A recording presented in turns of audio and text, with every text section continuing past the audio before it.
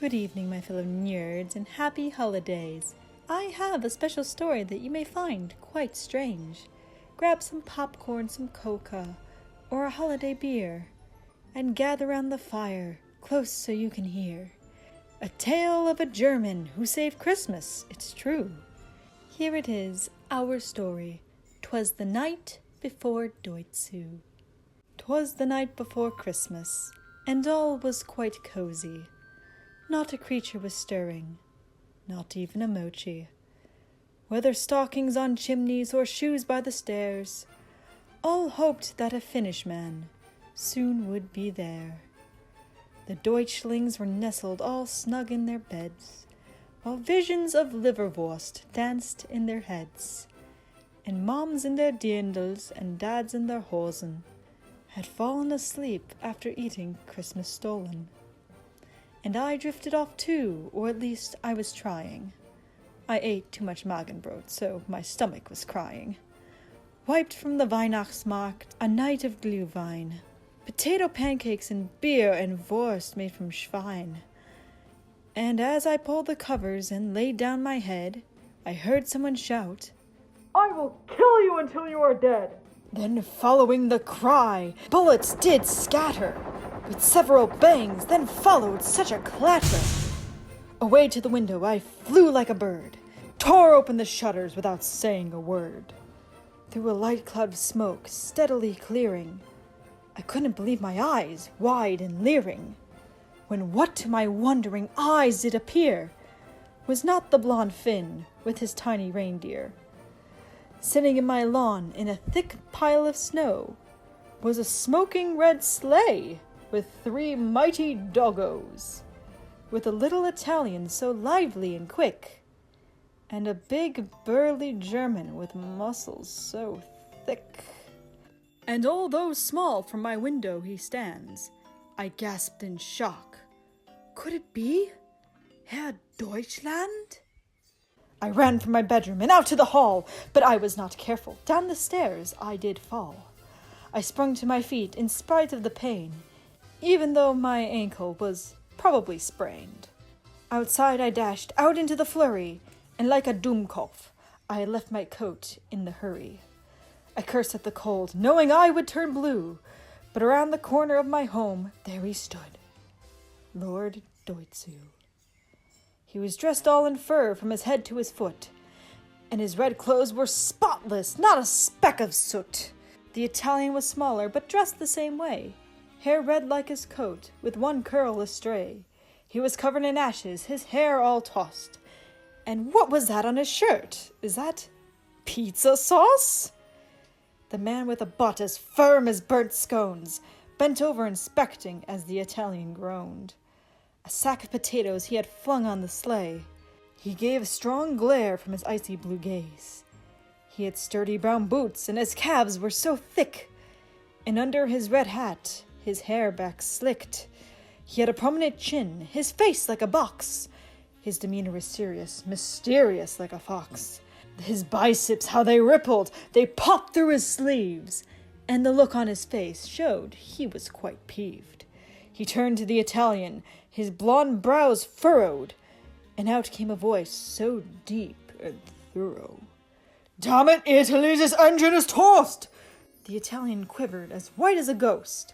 "Oh no, our engine! Now we cannot fly! We can't get off the ground, even if we try!" Lord Doitsu looked down, the German so pale. "Finland trusted us to help, and now we have failed." I came out from the corner. The Italian yelped. I said, "Don't worry, I think I can help." The German approached me, a look of sincerity. "Do you have any tools?" His voice had such clarity. "I just need a car jack, a wrench, and a beer." I beckoned them over. "Then come over here." They followed me around to the front of the home. I opened my phone and entered the code. With the tap of an app, the garage door did rise. I turned to them and said, "Technology, am I right?" The Italian was impressed, but the German was a stone, because Germans are Germans wherever they go. Lord Doitsu was in trouble, but he was no fool. He walked right in, on the hunt for some tools. "Italy, bring the sleigh!" he commanded with power. "Yes, sir," said the Italian. "I want to nap for an hour." As I prepared the tools for repairs to ensue, I suddenly realized I'm alone with Lord Doitsu. Awkwardly, I asked, "So you need a beer?" The German just nodded, still emanating fear. The sound of sleigh bells rang from outside, as all of his dogs marched in synchronized. I tossed him a bottle, which he caught precisely. "You know what to do." Italy saluted politely. "Yes, sir," he said, and he snuck back outside. "Anything else?" I asked. "No, thank you, I'm fine." He replied to me and then turned with a jerk. He pounded the beer and got straight to his work. He worked just like lightning, but worked with such care, and wearing his usual intense German stare. I just watched him work. My eyes started to gleam. He was so fast, he was like a machine. As he worked, his muscles strained by his shirt. He wiped the sweat from his brow, eyes locked on his work. Oh, how I imagined this moment each night, where he'd take off his shirt and... Wait, that's not right. Hard to keep grounded as he continued to flaunt it. But the D stands for Doitsu, and damn it, I want it. He put down his wrench when the minute struck 7, and this is why Germans are engineers in heaven. He went round to the sleigh and fiddled around, and soon the sleigh's engine made a thunderous sound. I applauded and cheered. Christmas was saved. He turned to me, his expression unfazed. "The engine is working, so we will leave you be. There's just one problem. Where is Italy?" We searched the garage for the little gourmet. "Italy, where the hell are you?" "There." The noodle man waved as he walked on outside, with the plate and some pizza. "Hey, that was mine!"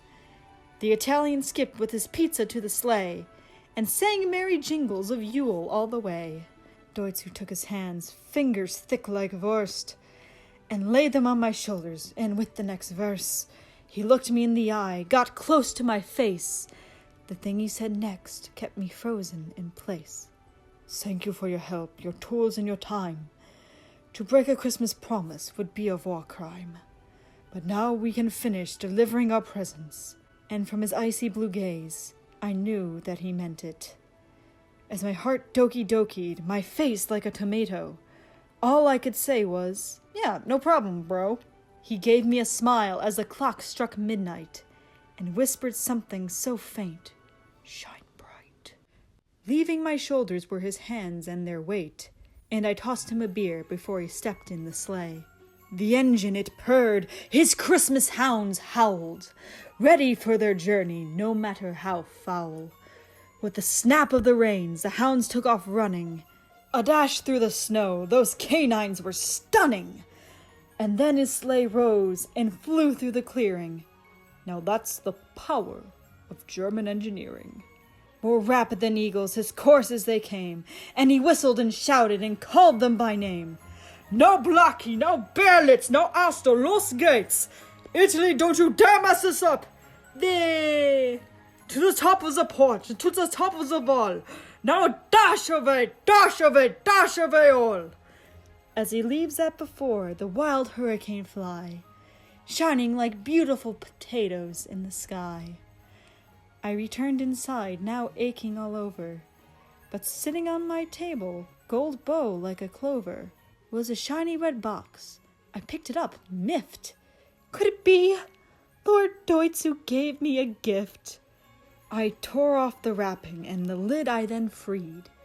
Beerwurst and potatoes, the Holy Trinity. And at the bottom, under all of these snacks, it was 5 Deutschmarks, so that I may buy 5 cats. I ran to the window, as pink as a plum. He merely a speck, like a Lebkuchen crumb. But I heard him exclaim, as he drove out of sight, "Happy Wurstmas to all, and to all a good night."